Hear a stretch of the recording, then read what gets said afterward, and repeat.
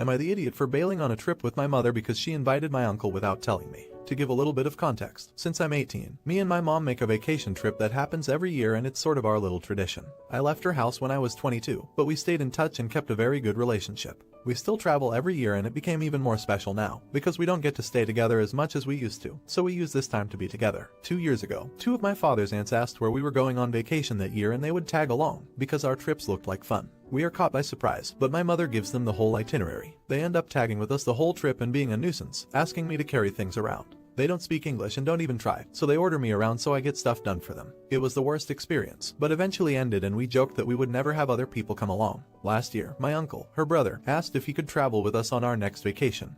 Because it looked fun, yeah, you know where this is going. This time it was worse, we got individual rooms.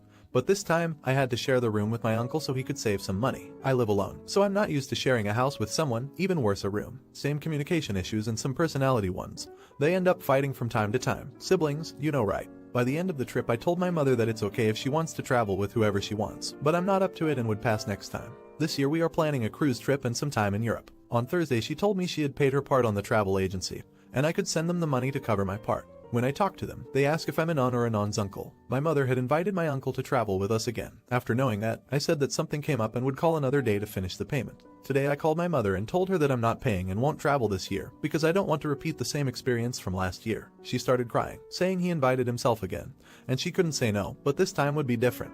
Because in the cruise each one can do whatever they want. Am I the idiot for not wanting to waste my vacation?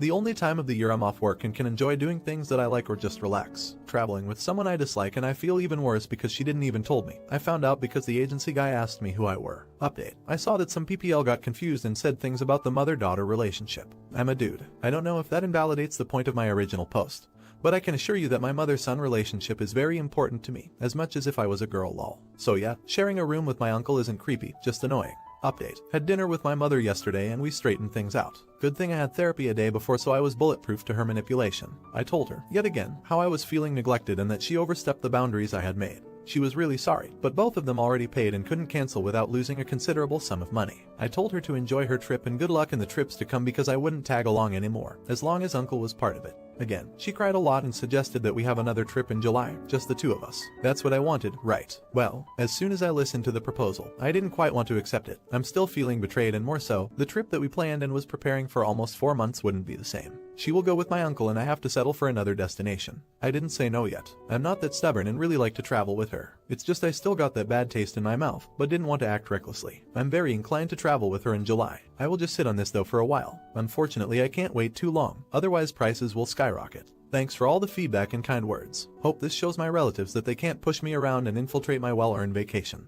Not the idiot. I would be careful about future plans. You said she's manipulative. She might do it again but won't tell you until after you pay the next time. I would buy travel insurance for next time in case you need to cancel at the last minute. If your mom can't say no, most likely she'll blame you with her siblings. She'll tell them it's your fault and the siblings might tell your mom just not to tell you until the trip starts or until you have already paid. Good luck. Not the idiot. Is it possible for her to pay for your part of the trip in July and you pay her back when the trip is over and no aunts or uncles make an appearance? Sort of like a deposit. And if she breaks her promise, she loses her deposit. It might make her more inclined to stick to your plans and your bonding time. Although, if the bonding time were so important as to make her cry when you cancel, you'd think that alone would be enough motivation for her to put her foot down. Do you think his mom is a manipulator? Let me know in the comments. Now, am I an idiot for not inviting my cousin to my wedding? I'm female 23, and I'm getting married this May to my long-term boyfriend of male 27. We've been waiting to get married for about a year since we've been saving up our finances to move out, and now is the perfect time to start the process of getting married. I'm very excited. We have told our intermediate families so far and they are all ecstatic for us and support us 100%.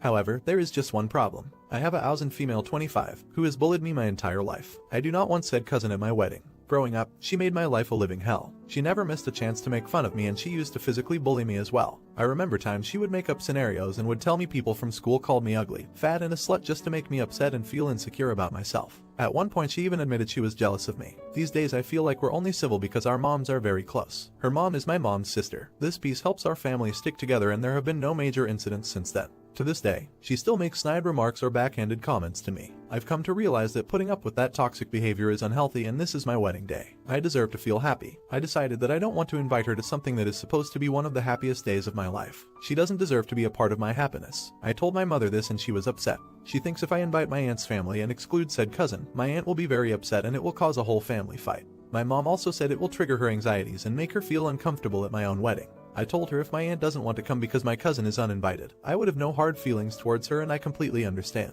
This wasn't enough for my mom, and she was still upset at my response. She doesn't think it's worth not inviting my cousin for one day and that it would cause a lifetime of conflict. My fiancé thinks I'm in the right, and he personally doesn't want her at the wedding because of how she treated me in the past. He said it's our day and we can choose who we want at our wedding. I still feel like I might be the a-hole for potentially causing drama just because of not wanting to invite my cousin. So Reddit, am I an idiot? Update. My fiancé and I decided to just have a basic elopement. No celebration, no after dinner, nothing. We might go on a honeymoon afterwards. We aren't sure where to go, but I'm sure it'll be fun with no drama. We also decided to postpone the date of our elopement for a later date. As of the conversation with my mother, a couple days after I posted the original Reddit post, I talked to my mother. I told her I am not having my cousin at my wedding or any future important events of mine. I don't care that she will be upset. It's my day and I say who goes and who doesn't.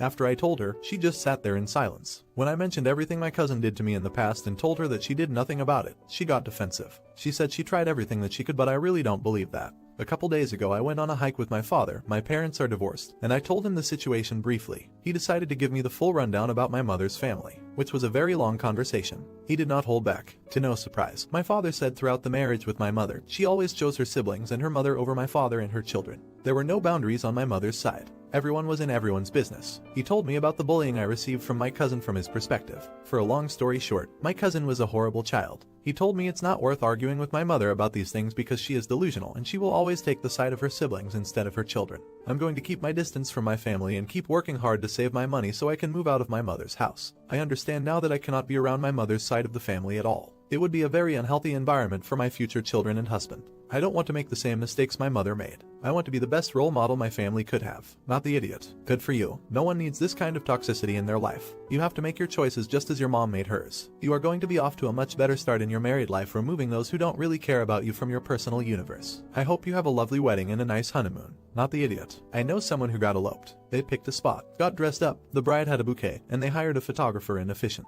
The photos of her walking out from behind the trees, it was set in a forest, was beyond beautiful. They then had their own time afterwards. Yes, the family was upset, but the couple was happy. Now, for the next story. Am I an idiot for not bringing supplies to my friend anymore? I, male 19, have known my best buddy, male 19, since we were babies. We grew up next door, went to the same school together in our tiny town, went into the same sport and became rivals. I'm not proud to admit it, but once we were in high school I became a real jerk to him and said some awful things. Mostly because he was better at the sport than me and I was insecure. He ended up leaving town after graduation and no one knew where he was. I don't think it's all because of me, but yeah, I might have been part of the reason. He cut contact with everyone including his mom. He was missing for months and everyone was worried. I really wanted to apologize to him, but no one could reach him. Then some kid from town was out exploring and spotted him living in a rundown house on a mountainside about 2 hours from town. I was super happy to hear he was okay. Maybe I shouldn't have, but I went up the mountain to visit him. He was surprised to see me, but he was also very happy. We caught up and I finally got a chance to apologize to him. It was like old times and we rekindle our friendship even better than before. When I first visited, I saw he didn't really have much to eat or drink up there, so I started making a trip to bring him supplies every other month. It's close by, but hard to get up there. There's no road to drive up there, so I have to walk for a few hours. But it's been a year now and I'm getting kind of tired of it.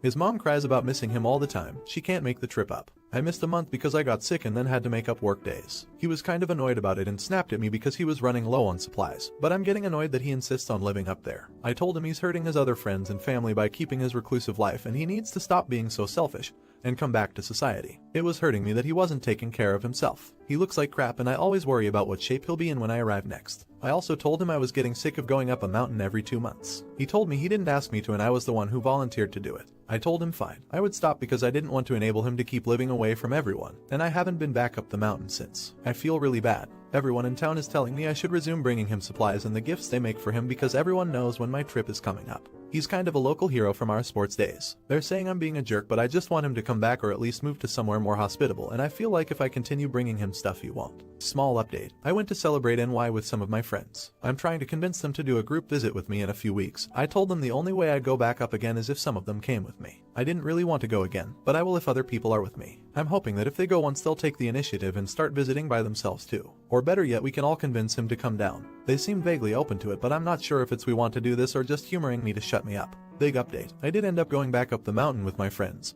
But like I said, I didn't bring supplies. We all tried to talk him into coming down, but he refused. I was pretty disheartened, but he made his choice and so had I. I told him I wouldn't be back, but if he ever wanted to come down, my door was always open to him. About a month later, I was surprised when there was a knock on my door and I opened it and it was him. He was so thin and dirty, but seeing him off the mountain made me happy. I got him cleaned up and now he's staying with me. I was a bit surprised that he didn't want to go home to his mom, but he told me I was the only one who made an effort to be there for him when he was acting unreasonable and that he wanted to stay with me if that was okay. So yeah, he's living with me now and who knows what the future holds. Edit. Thanks for all the comments. I see a lot of you are concerned that I'm not going to be able to set boundaries with him, or that he's going to mooch off of me. You don't have to worry. My grandpa set me up with a really good job at the local gym in our town and I'm making good money and living by myself. I have enough to support the both of us for now and really I don't mind him staying indefinitely. Giving him a safe space to recover is all I want for him right now and we can worry about the rest later. We got him set up with a therapist online that will be seeing him twice a week and I'm hoping it will help him. I may be a little over my head when it comes to mental health issues. I don't know how to help him myself and I don't know when to ask him questions or when to back off. I don't want to make things worse and I'm a bit scared to talk to him about the past. But hopefully the therapist can help him. I also urged him to call his mom. He claimed he will sometime this week. Not the idiot. It's nice he is off the mountain, but now you have to worry that you will have to take care of him forever. You need to set some personal boundaries and make sure you are comfortable with him living with you. Everyone sucks here. So your friend ran away about a year ago and squatted in an abandoned house and then quickly relied on you to provide him with supplies as he had no other means of survival. And now he's living with you. I don't foresee this going well at all.